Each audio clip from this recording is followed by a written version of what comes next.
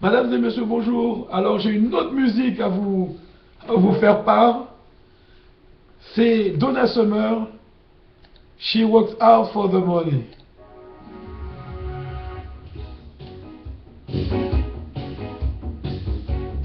Ah!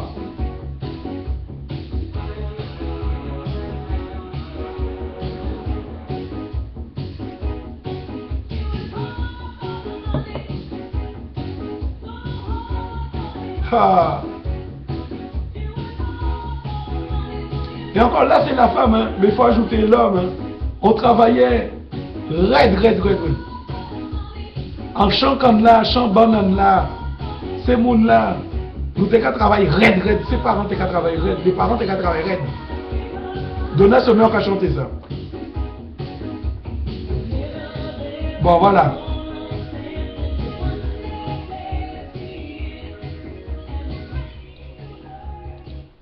Alors, mesdames et messieurs, il y a un monde qui a veillé, il y a un monde qui a veillé ordinateur, moi, on va pas comprendre. À chaque fois, il y a coupé flux en moins, ça fait moins chier, à pas problème technique en est. Pour dans l'explication là. Alors, vous voyez que Donna Summer, même Donna Summer, chante she work hard for the money. Eh bien, nos grands-parents aussi, nos grands-mères travaillaient dans les champs de canne, dans les champs de sucre, dans les usines, c'était une ouvrière agricole qui travaillait dur du soir au matin au moment des récoltes, au moment. C'est vrai, nos arrière-grands-parents ont travaillé dur quand même. Eh bien, c'est en même temps, je fais un petit coucou à Donna Summer qui a su, dans les années 80, nous apporter beaucoup de- d'effervescence. Et elle a marqué beaucoup l'époque des années 80, Donna Summer. Et elle chantait dans ses textes des trucs vrais. C'était l'époque où, en Amérique, où c'était très difficile pour les habitants américains c'était de l'équilibriste hein, en Amérique. Hein. C'est pour ça que quand je pense à la situation de la Guadeloupe, de Capesterre-Belle-Eau, enfin bref, c'est pour ça que je dis que nos anciens qui avaient, euh, comment dirais-je, qui étaient employés dans ces, contre leur volonté, contre leur gré, mais ça c'est les faits historiques, ça c'est les trucs historiques, mais les faits là, c'est qu'ils travaillaient euh, sans structure de protection. Sans structure de protection. Ensuite, dans les années 1900, le monde ouvrier en France ont créé des syndicats, CGT, etc., qui, en plus, ont créé un parti politique pour les défendre au niveau du gouvernement qui s'appelle le Parti communiste, qui était une réponse par rapport à l'époque, par rapport aux années 1900, 1910, qui était une réponse parce que la France était une France ouvrière.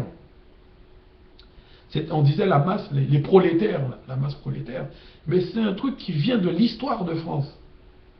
C'est un truc qui vient de l'histoire de France. Et la France a une colonne vertébrale industrielle qui est ancrée depuis l'époque de la Gaule, depuis l'époque des Gaulois, mais pas des Romains, mais des Gaulois en réalité. Ils savaient travailler le fer, ils savaient travailler le tissu, ils savaient travailler le vin, la vigne, ils savaient travailler les bêtes, le fromage, ils savaient travailler.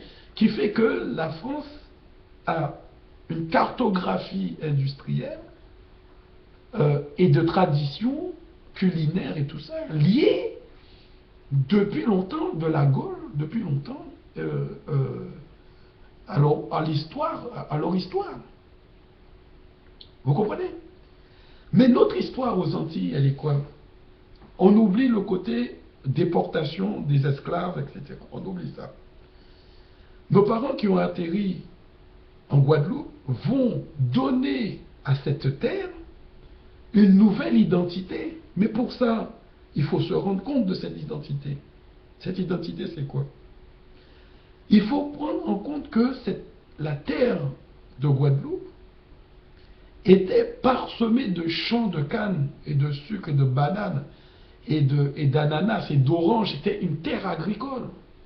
C'était pas une terre industrielle. Il n'y avait pas d'usine qui construisait, qui bâtissait, qui travaillait le métal pour travailler des trains, pour travailler des bateaux, pour travailler des pièces de bateaux. Il n'y a pas de forge. Il ne travaillait pas l'acier. C'est pas une île industrielle qui travaille l'acier, qui travaille les blocs moteurs, qui travaille des... C'est une terre agricole. Alors, j'ai eu l'idée, je me suis dit, mais cette terre agricole était rythmée par quoi? Oh merde, j'ai fait tomber de l'eau dans le clavier. Cette terre agricole était rythmée par quoi? Ben, elle était rythmée par les saisons de la canne à sucre, par les saisons de récolte de la banane, par les saisons de récolte de l'ananas, par les saisons de récolte du coton, par les saisons de récolte des oranges, par les saisons de tissus, de plantes, de teintures. Le bleu royal sortait de Guadeloupe et Martinique pour le roi de France. La couleur bleue, c'était des feuillages, des feuilles sorties d'Afrique, qui étaient plantées en masse dans les îles de Guadeloupe.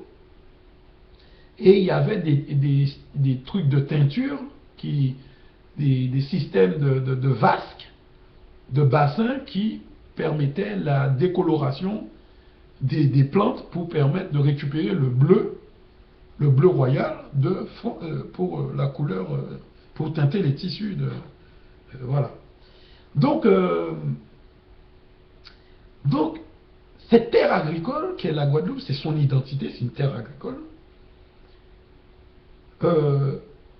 Posséder le seul industrie, c'est les industries de transformation, c'est des usines de transformation de la canne en sucre, de la canne en rhum et de la mise et des usines de conditionnement de la banane, c'est-à-dire en carton et puis via la France. Donc, le maître d'œuvre, le maître économique, celui qui était le maître en réalité, c'est la saison des plantes. La saison des plantes. Alors, ce qui veut dire, on se pose la question, mais quand une saison terminait, est-ce que c'était les mêmes ouvriers qui allaient attaquer une autre saison qui était différente de la saison de chaque denrée? Et à ce moment-là, bon, tout le monde sait qu'ils n'étaient pas payés, mais on aurait dû, s'il y avait une structure qui leur permettait une flexibilité, c'est-à-dire de changer, s'il y en a qui n'aimaient pas couper la canne, ils voulaient faire la pêche ou ils voulaient aller dans la récolte des bananes, mais c'était des métiers difficiles. C'était des métiers difficiles. Quand c'était la saison, c'était difficile. Sous la pluie, dans la boue, avec les guêpes, enfin bref, c'était quand même assez costaud quand même. Mais ils l'ont fait, nos arrière-grands-parents. Ils n'étaient pas feignants, ils l'ont fait quand même. Mais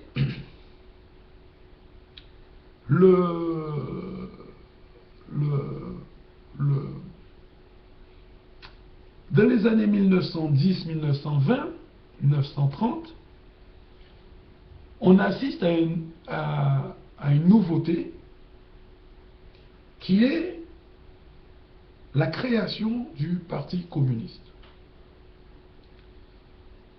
Et le Parti communiste va s'occuper de tous ses ouvriers. Alors, qu'est-ce qu'ils vont mettre en place? Qu'est-ce qu'ils vont mettre en place?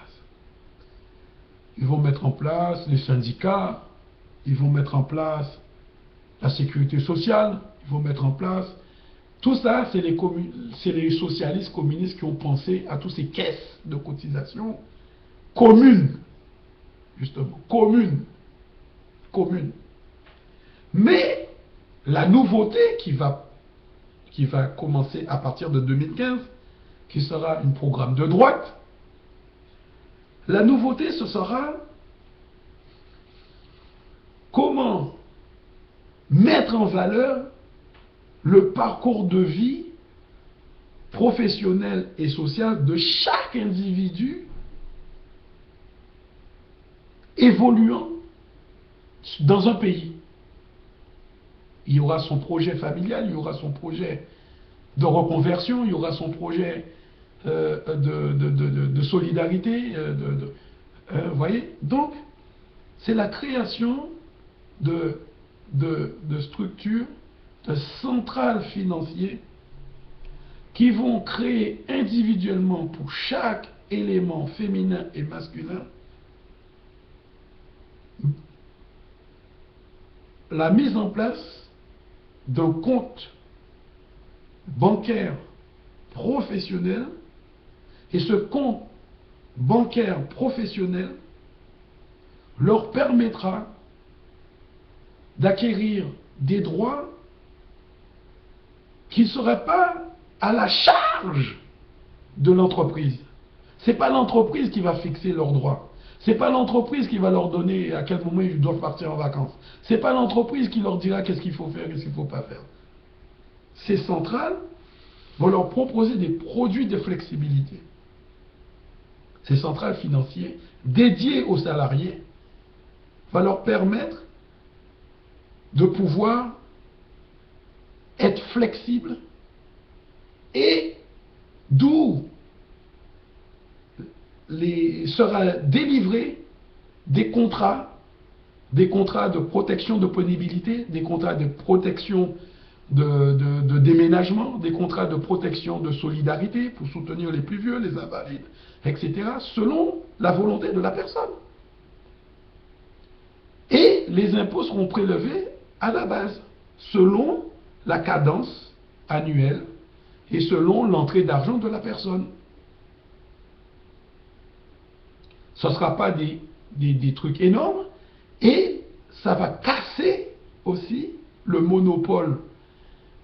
Ça va reconfigurer, c'est nouveau ce que je veux dire, c'est quelque chose de futuriste, ça va reconfigurer le rôle du conseil régional, le rôle du conseil général, qu'on va transformer en ces structures.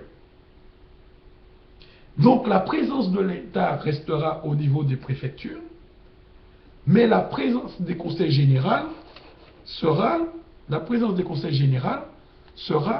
va être transformée, et le conseil général sera transformé en structure centrale financière dédiée aux salariés, de manière à ce que dans ce département, les personnes qui souhaitent changer de métier, les personnes qui souhaitent changer de commune, aller habiter, se rapprocher de leur travail, pour que ça puisse rester une flexibilité que la centrale va prendre en charge, parce que la personne a souscrit des contrats qui vont le permettre de changer de maison, de plein de trucs. Ça sera génial.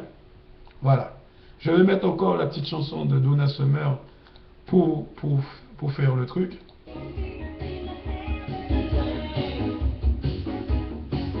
Ah, je t'aime. Ah, elle est belle, elle est belle. Donna Summer, elle est belle.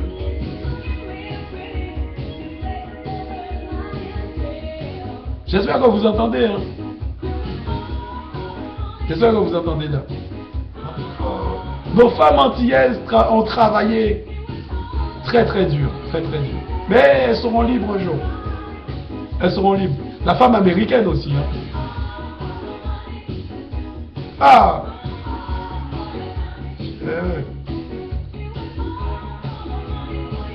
Mais mesdames et messieurs, je vais vous quitter parce que la vidéo commence à être trop longue. Et je vous dis, voyez, donc c'est un programme que je souhaite, qui va écraser le système actuel qui n'est plus une réponse. C'est un système communiste et qui était légitime, hein, qui était un système mis en place pour protéger les ouvriers dans les années 1800 et 1900, etc. Ce système-là n'est plus d'actualité. Elle commence à s'essouffler. Et il faut trouver une nouvelle réponse, une nouvelle colonne vertébrale qui va protéger vraiment le salarié et qui va redistribuer les cartes entre le monde, la masse populaire et le patronat.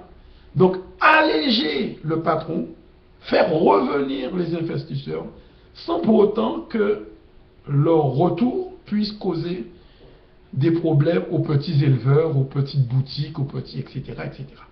Donc, c'est quelque chose qu'il faut créer. Il faut créer des cloisons de sécurité, des structures de sécurité, qui va préserver les droits et le parcours de vie professionnel de chaque individu. Et mon objectif dans tout ça, c'est zéro pauvreté, zéro chômeur, et il n'y aura plus personne sur le carreau. La vie sera agréable sur terre parce que chacun se lève pour travailler à la sueur de leur front. Et s'ils veulent faire des gestes d'amour, des gestes de solidarité, il y aura des produits que ces centrales vont leur proposer, et etc. S'ils veulent oui, s'ils veulent souscrire non, etc. Comme ça, la personne ne sera pas pénalisée quand elle quitte une région pour aller dans une autre. Il y aura des centrales partout, partout. C'est-à-dire faire muter l'ancienne structure socialiste et communiste en nouvelle structure de droite. Voilà. Je vous remercie, mesdames et messieurs. À bientôt et au revoir.